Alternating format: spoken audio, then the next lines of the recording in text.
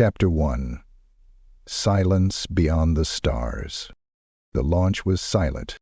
From the observation bunker buried deep beneath the frostbitten tundra of Baikonur, the Russian officers watched with steel faces as the Velas 9 shuttle ripped into the sky, a plume of white fire trailing like a ghost scream against the twilight. Ivan Petrov, 39, veteran cosmonaut and national relic, sat encased in the cockpit, with his gloved hands resting on the console and his heart unnervingly still.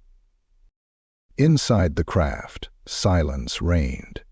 Not the comforting kind, but the sort of silence that pressed against the skull, warping time. His breaths came loud in his helmet, too loud, echoing with each shallow exhale, as if the void outside was already whispering its welcome. Through the viewport, the earth shrank, first a continent, then a blue marbled dot, then nothing but memory. The mission was simple in its design, absurd in its ambition. Trace a narrow-band radio signal picked up near the Kuiper Belt. A cold, rhythmic pulse that repeated every 11.3 seconds. Too regular for nature.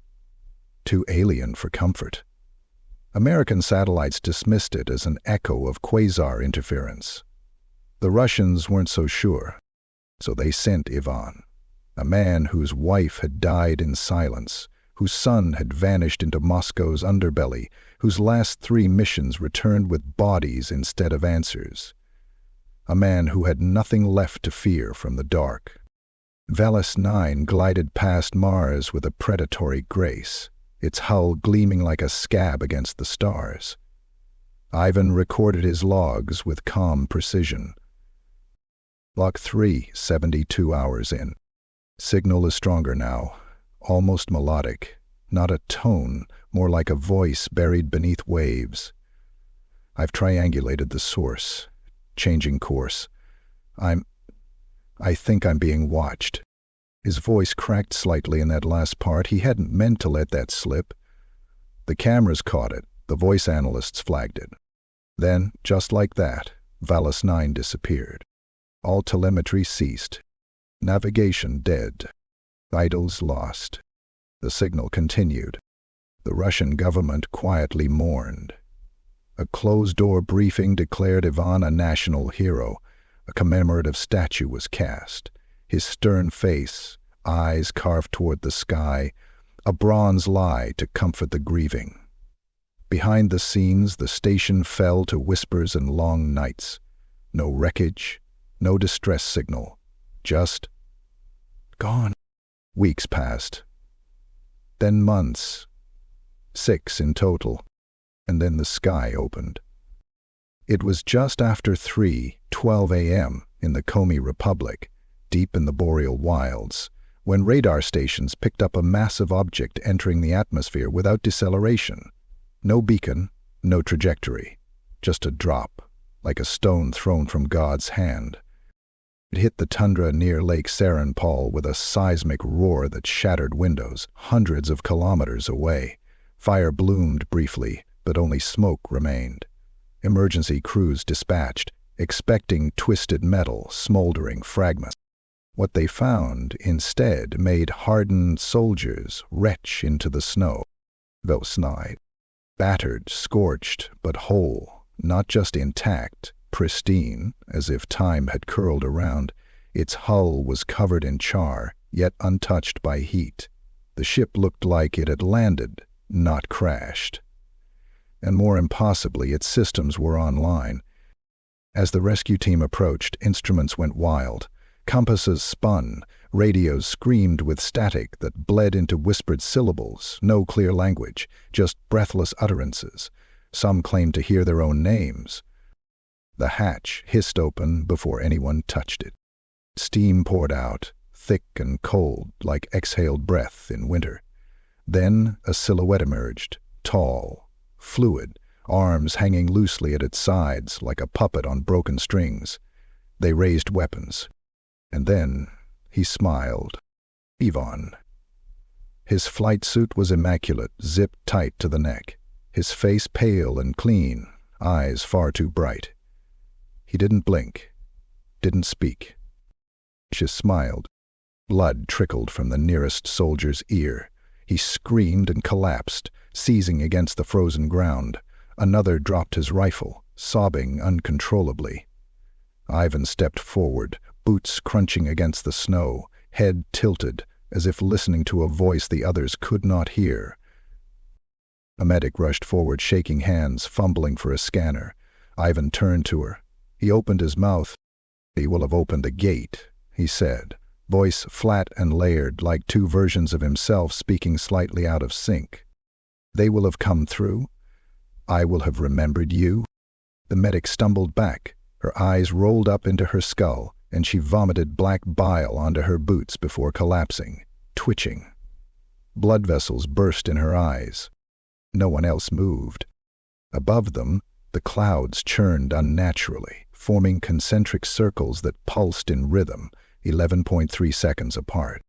Velis 9 sat behind him like a mausoleum, for something ancient. Ivan took a deep breath and smiled again. Would you like the cover image for this story chapter now, with Ivan and the Velis 9 crash scene? Chapter 2. He Will Have Been Changed. The debriefing room was built to contain monsters.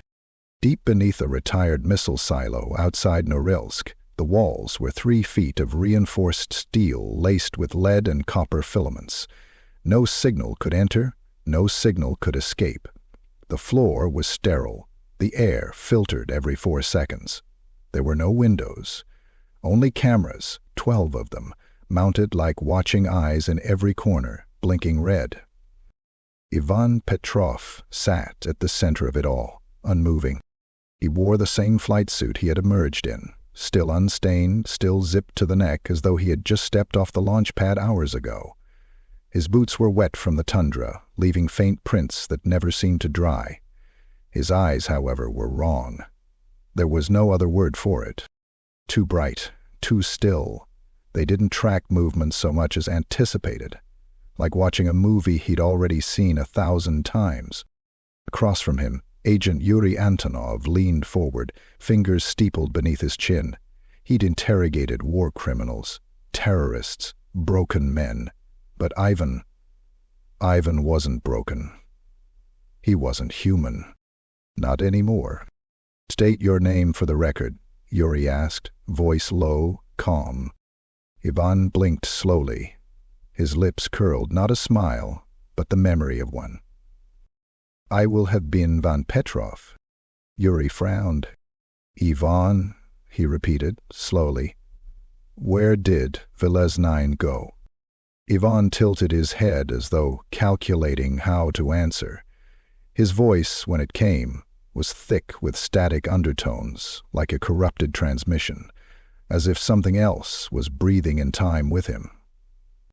"You will have seen them. In your dreams. They will have opened the silence. You will not remember it." Yuri straightened slightly. "Who is they?"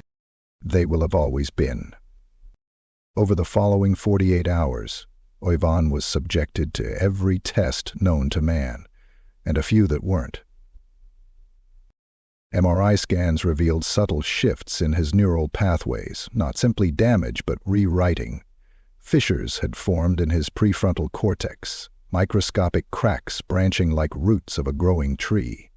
His limbic system was hyperactive, yet his emotional response was null. He passed every stress test without a flicker of change. They ran chemical panels. Ivan's blood contained elevated levels of DMT, but of a molecular configuration not known to Earth. His pineal gland was swollen, glowing faintly under spectroscopic light. Sleep studies failed. Ivan did not sleep. Not once. When left alone, he sat in perfect stillness for hours, no blinking, no shifting, not even a swallow. And then, without warning, he would speak. To no one. "You will have screamed," he murmured once, when the night nurse passed by. "You will have torn out your eyes to stop the seeing, but they will have opened them again." That nurse gouged out her own eyes with her fingernails 20 minutes later in the break room. She did not survive. Whispers began to spread like mold in the underground facility. Technicians reported hearing strange voices from the surveillance feeds, even when the sound was off. Guards claimed Ivan's reflection in the two-way mirror moved before he did. A janitor had a seizure after entering the debrief room to mop the floor. When revived, he babbled in a tongue that experts identified as ancient Akkadian, despite the man being an illiterate drunk with no known linguistic background. Worse still, hallucinations plagued the staff. Vivid, horrific.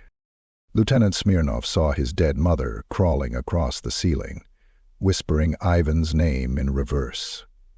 Dr. Yelena Grushin, the lead neurologist, sliced her arm open with a scalpel, digging beneath her skin to find the receiver. When restrained, she laughed and said, "We will have received you soon." Every incident was logged. Every file corrupted the next day. Data scrubbed, images glitched beyond recognition. Security protocols tripled.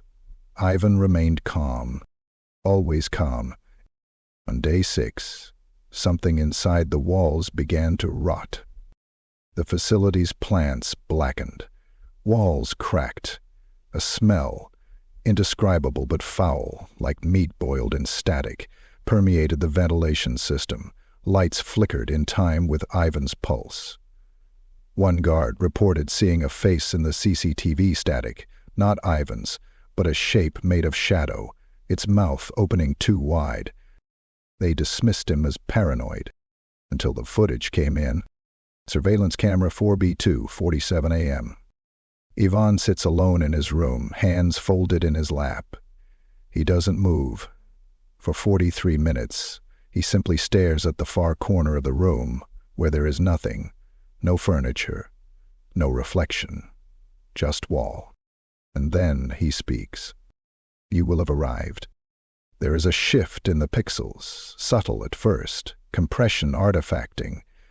Then a shape, a darkness, begins to pool in the corner, slowly, unnaturally, like oil floating backward. It stretches upwards, forming something that hints at limbs, but only in implication. No form, just space that should not be. Ivan's eyes widen slightly. But they would have been listening, he says, softly. And now you will have answered. He stands. The feed cuts to black. When it resumes 10 minutes later, Ivan is sitting once more. The corner is empty. He is humming, a low rhythmic sound in 11.3-second intervals. Outside his room, alarms begin to sound. Not because of Ivan, because a second voice was detected on the footage.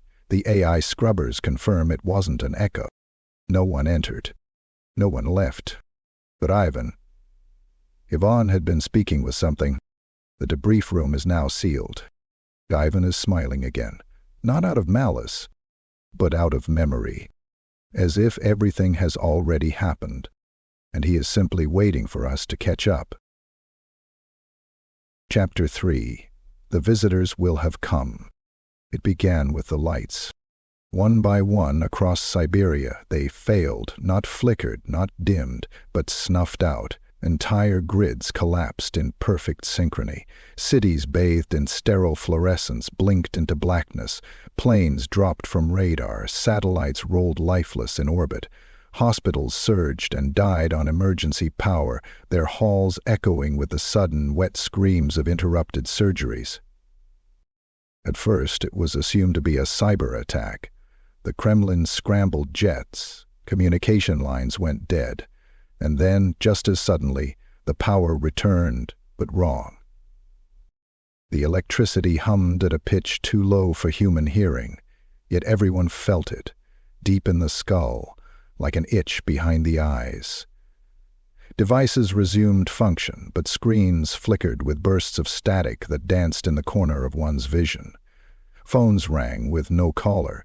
When answered, all that came through was breathing. Then came the pulses. Every 11.3 seconds, a wave of electromagnetic energy burst from Ivan Petrov's holding site. a rhythmic pulse like the beating of a buried heart. The frequency twisted reality in tiny, imperceptible increments. Clocks desynchronized, time zones bled into one another, digital timestamps reversed and reassembled. Sleep became impossible. Nightmares spilled into waking life. The first hallucinations were brushed off. Stress, paranoia. But denial cracked fast.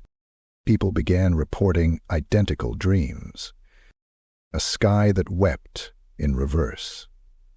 An eye, colossal, lidless, spanning the horizon, watching, unblinking.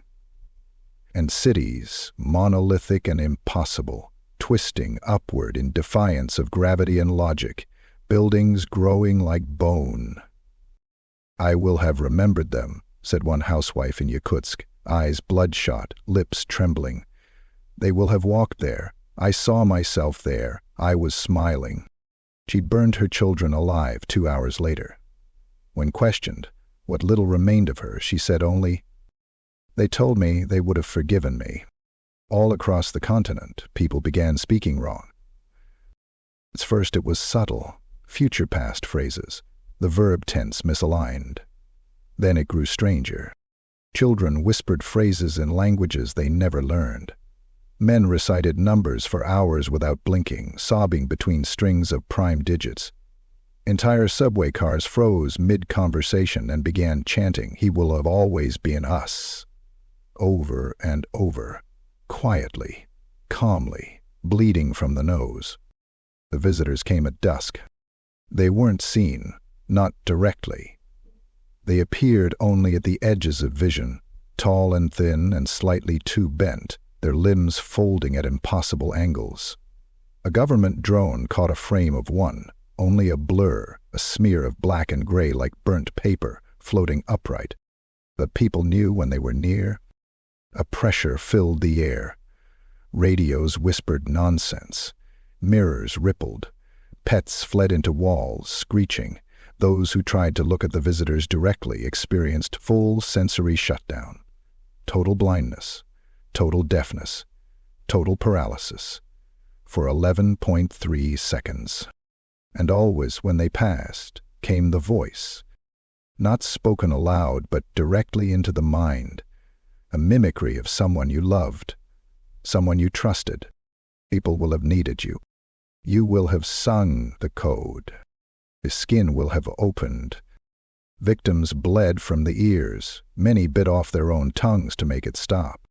At Ivan's sight, those guarding him began to speak in sync. Not every moment, not even frequently, but enough to notice, enough to fear. One soldier turned to his partner and said, "We will have always waited for you."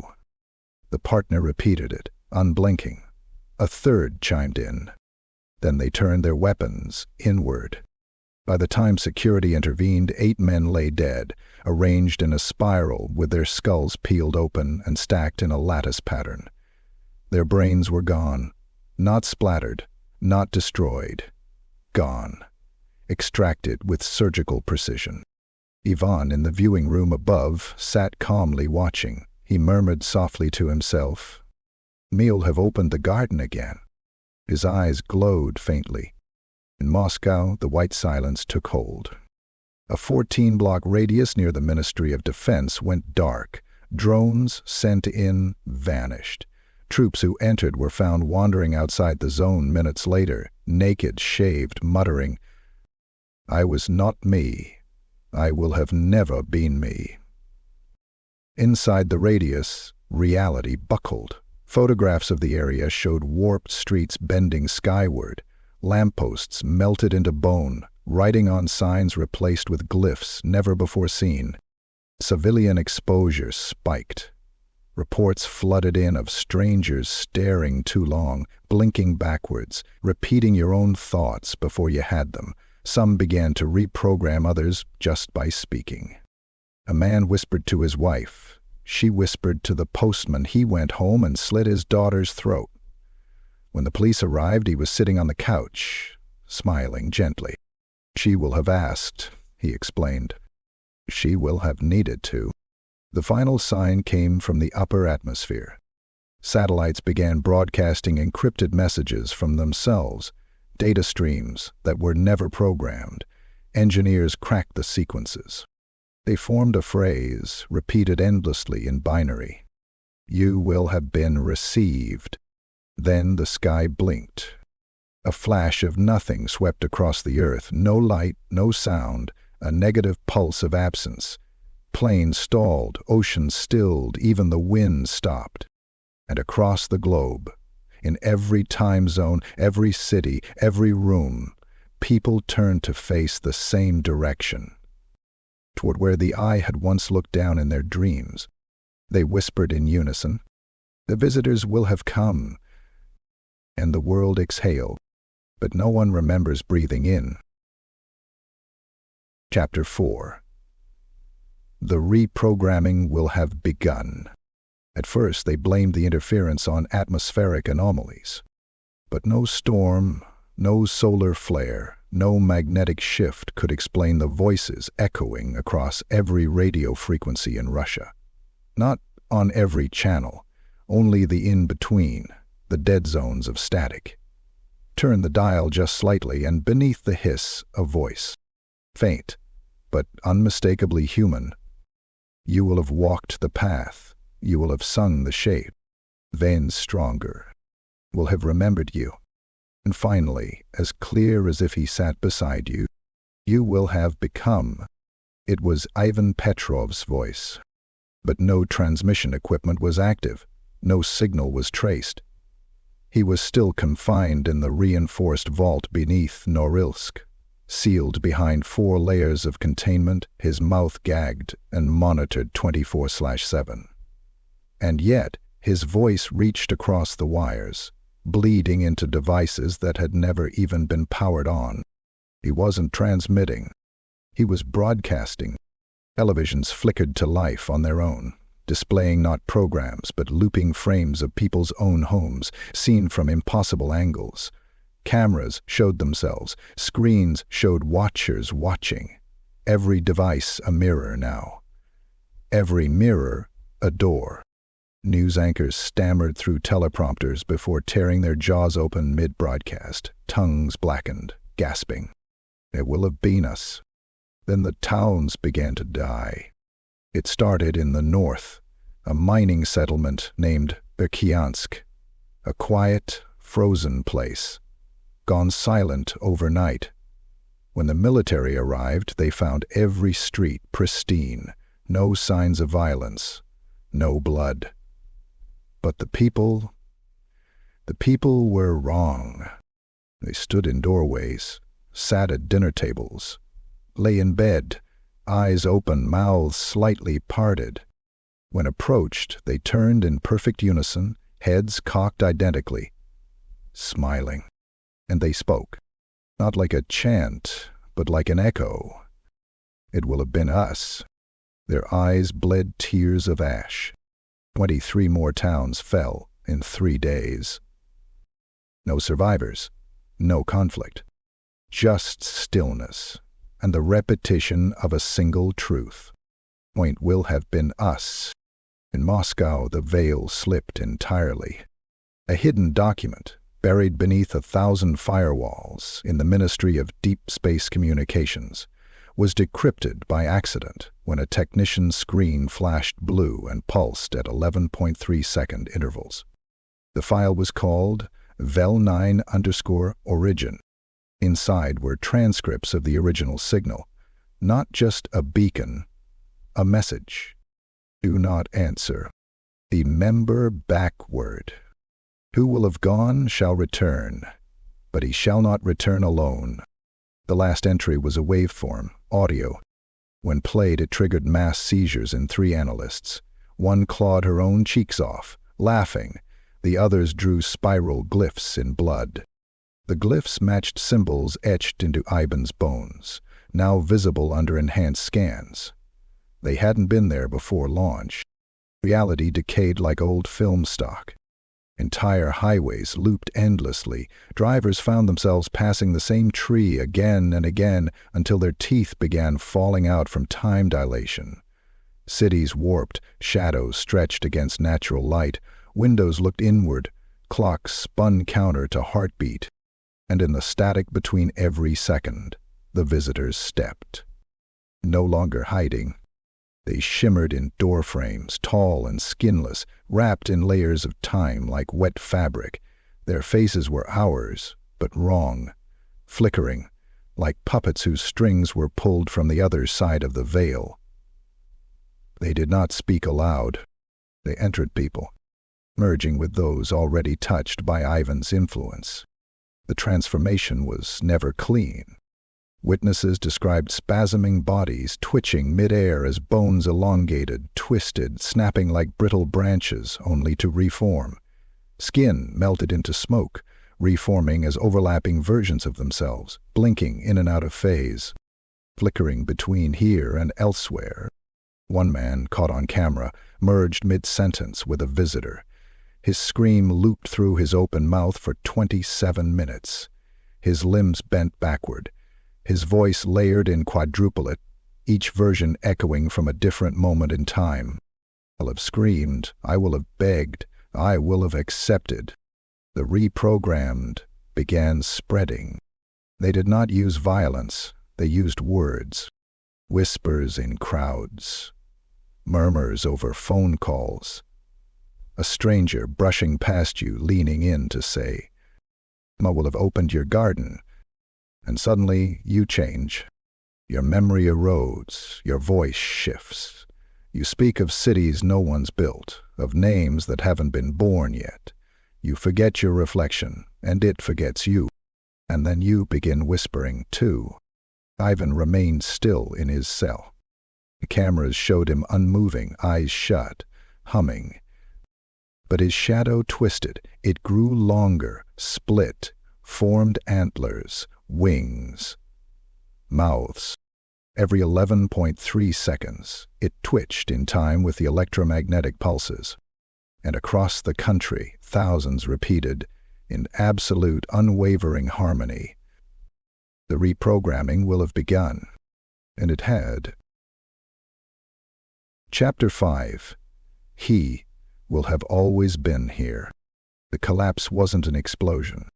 It wasn't a war or a singular event. It was a gentle undoing, a slow exhale from the lungs of reality, like the universe itself had grown tired of pretending everything still made sense. Governments fell without gunfire.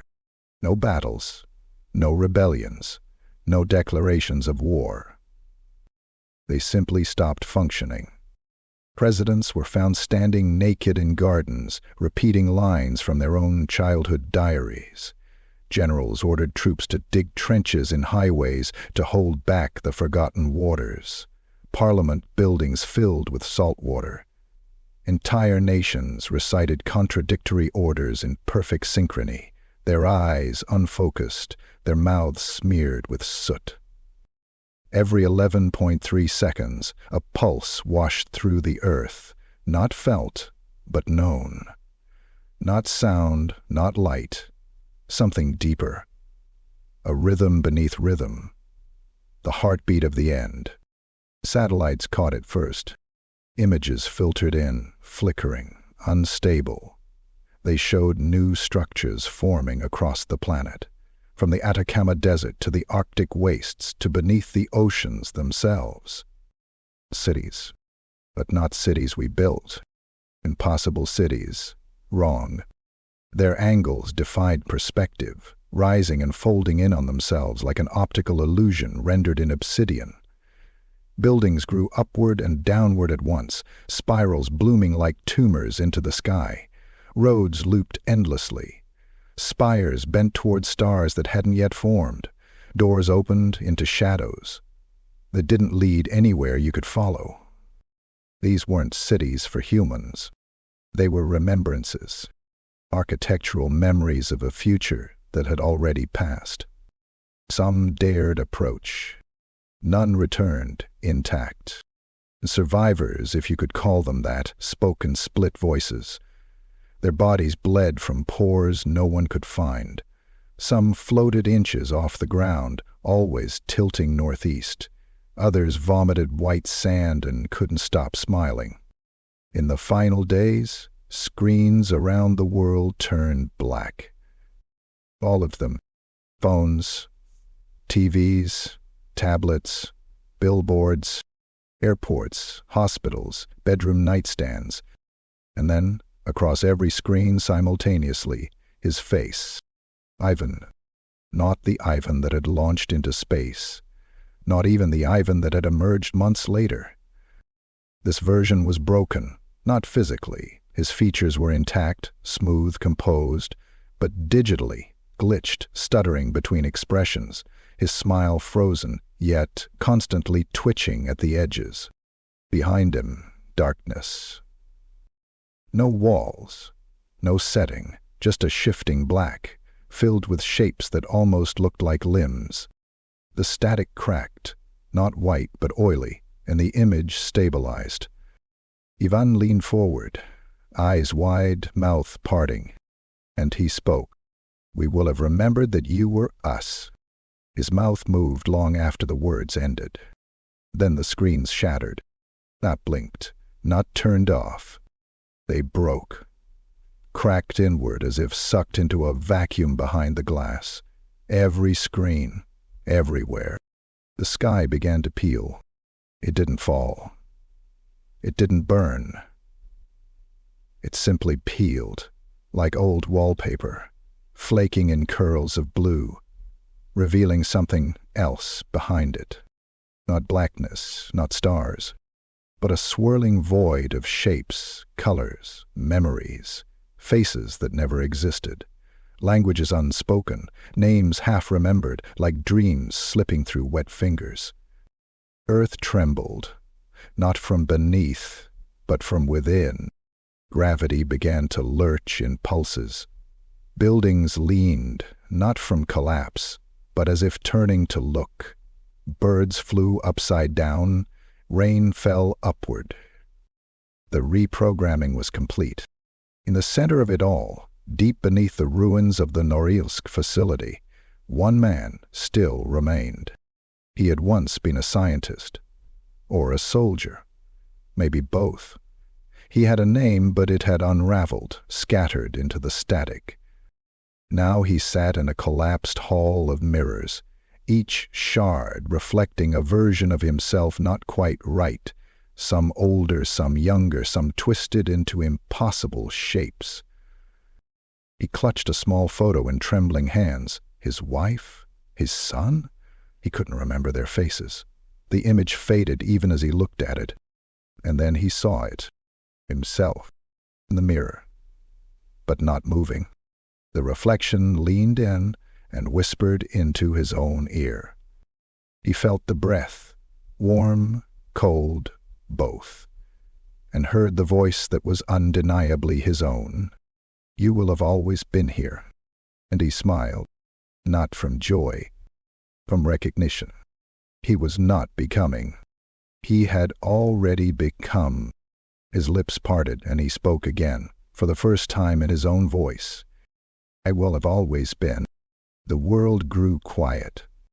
Not dead, but just quiet, as if it was waiting to be remembered. The winds stopped. The oceans held their breath. And reality folded gently inward, like a book closing at the end of a very long, very strange story. There were no more screams. No more whispers. No more time. Just the memory of what would have been. And then nothing.